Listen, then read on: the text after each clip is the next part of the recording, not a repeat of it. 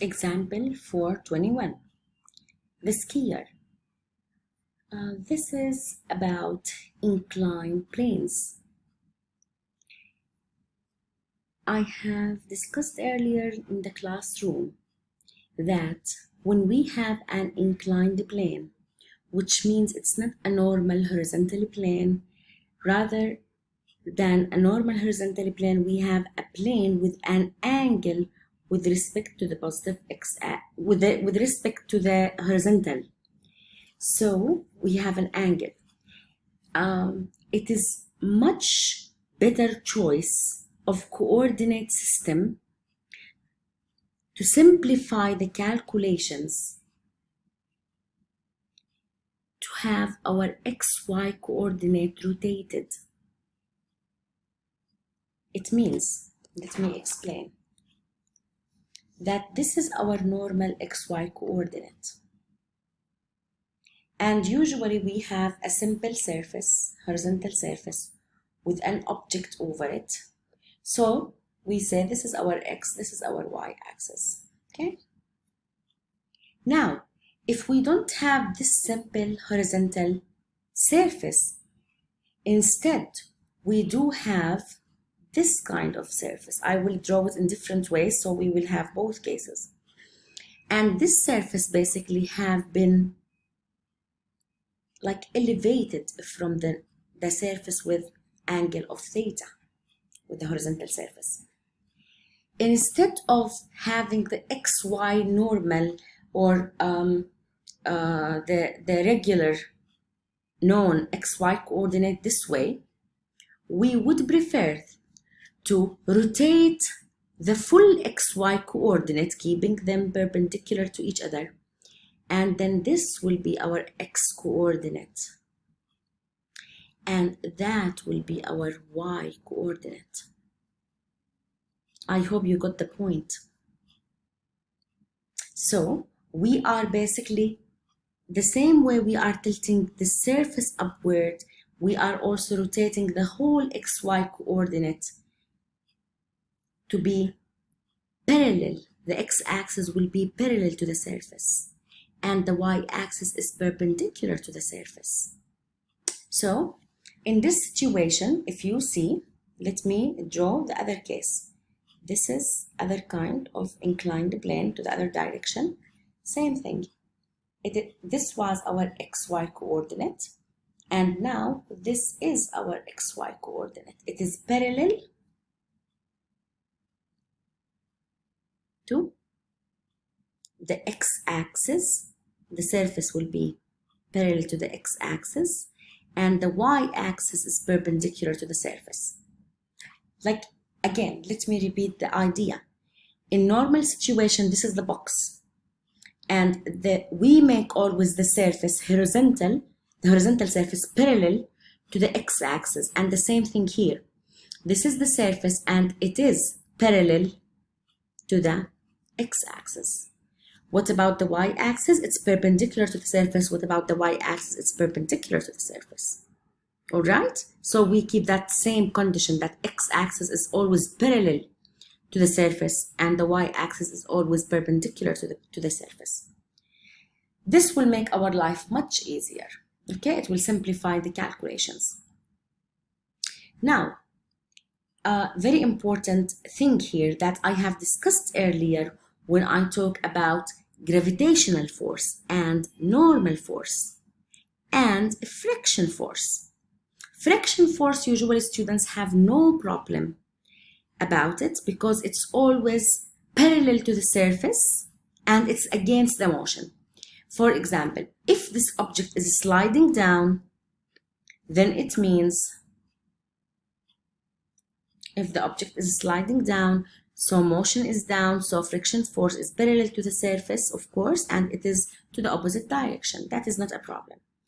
But the two very essential forces to keep in mind, normal force will always be, and I would really prefer to, okay, he is basically making this center of mass. This is the free body diagram. But in general, we have to create the normal force from the surface. It's the reaction of the surface. So it's always perpendicular to the surface, basically, okay? It is perpendicular to the surface. So Fn is not simply upward here. It is upward, but it's perpendicular to the surface, so it is inclined like this. All right? What about Mg? Mg has always been downward towards the earth. So we cannot put Mg like that.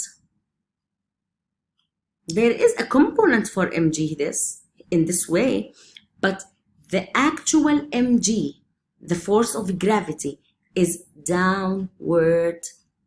The normal force is upward towards the y direction, but it's not that upward. Be careful. It is upward perpendicular to the surface. So these are important points to explain when we come to inclined plane. We have one object, we have an inclined plane. Let's see an example of how do we deal with these kind of problems. And before that, I want to remind you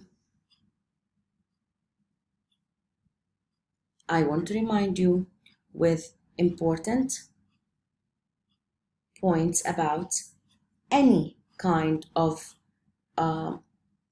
solving inclined planes, solving basically Newton's second law. That Newton's second law, we have summation. I don't know what is this. Okay, MAX. And we have, because now we have one object, so we are just free to do it this way. Okay, now if we have an inclined plane,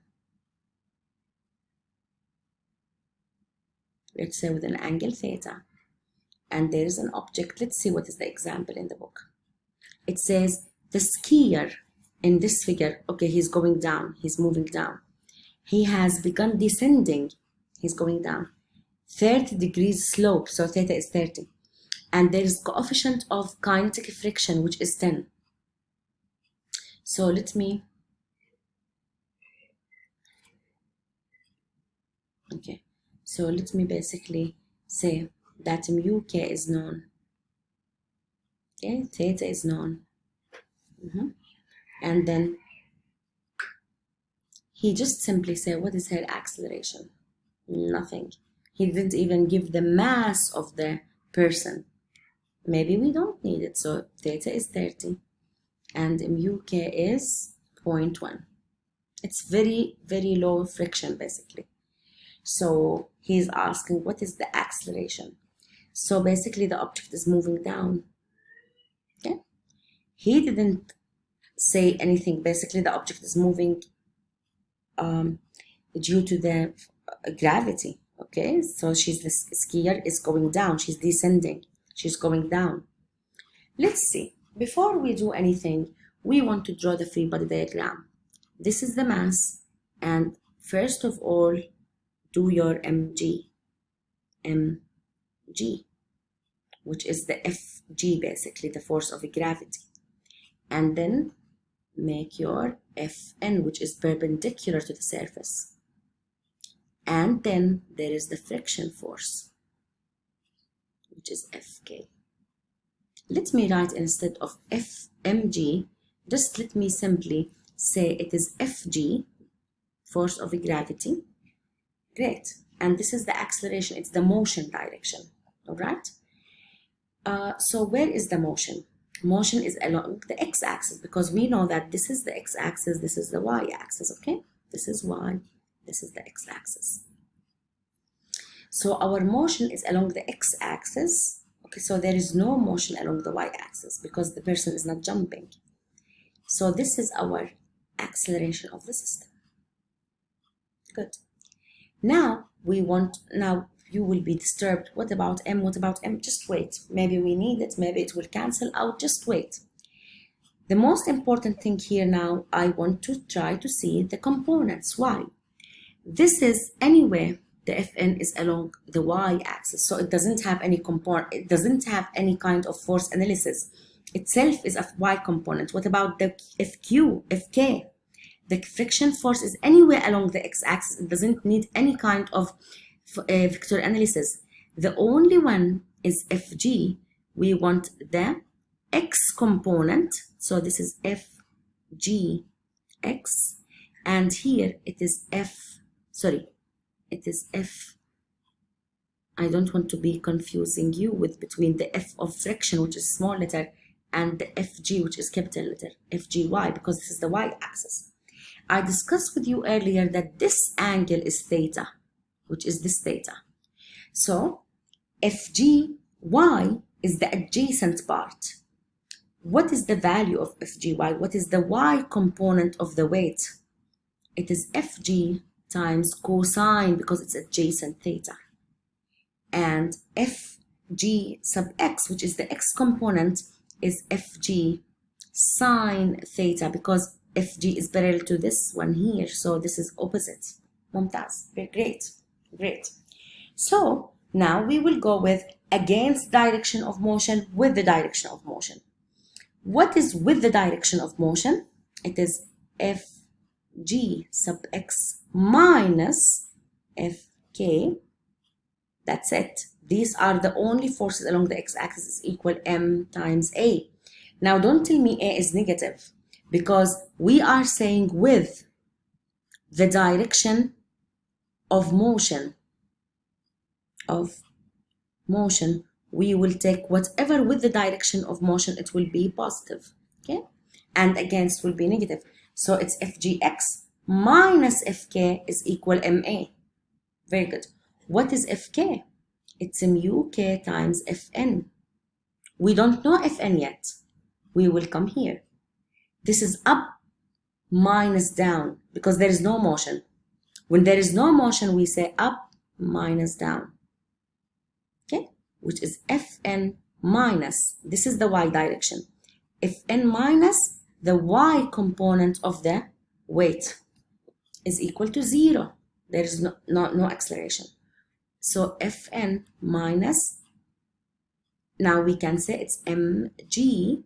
What is the y component? It is cosine theta is equal to 0. A common mistake here that the students see, the y component, they write sine, but this is not sine, it is cosine, because it is the opposite. Sorry, it is the adjacent, it's the adjacent here. Good. So what is the value of Fn? It is mg cosine theta. Great. We got Fn, but we don't know m, so we cannot find actually Fn yet.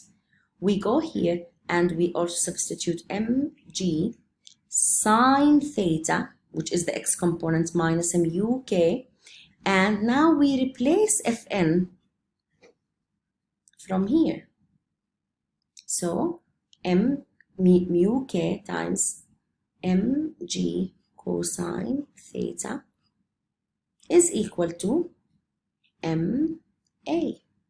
You got it? We are literally substituting things from this equation. Wow! Can you see that m is a common factor with all terms? So we don't need m, we divide everything by m. So g sine theta minus mu k g cosine theta is equal simply a. Wow! Can you calculate a? Do you get it here, guys? Here I substitute instead of the x component, it is mg sine theta. Mu k instead of Fn, whatever we got here, it is mg cosine theta, is equal m times a. So we realize that each term has an m in it. So we divide each term by m. So we end up in this equation. We know the g, it's 9.8. We know the theta, it is 30. We know mu k, which is 0.1, 9.8, 30. Plug in the numbers, you calculate the a in meter per second square. All right? And that's it. If he's asking you for Fn, by the way, still you don't need to know the mass. Actually, you can go to this equation, plug in the a, and then you can, maybe we can play around a little bit here. I will see. But for now, because the clip will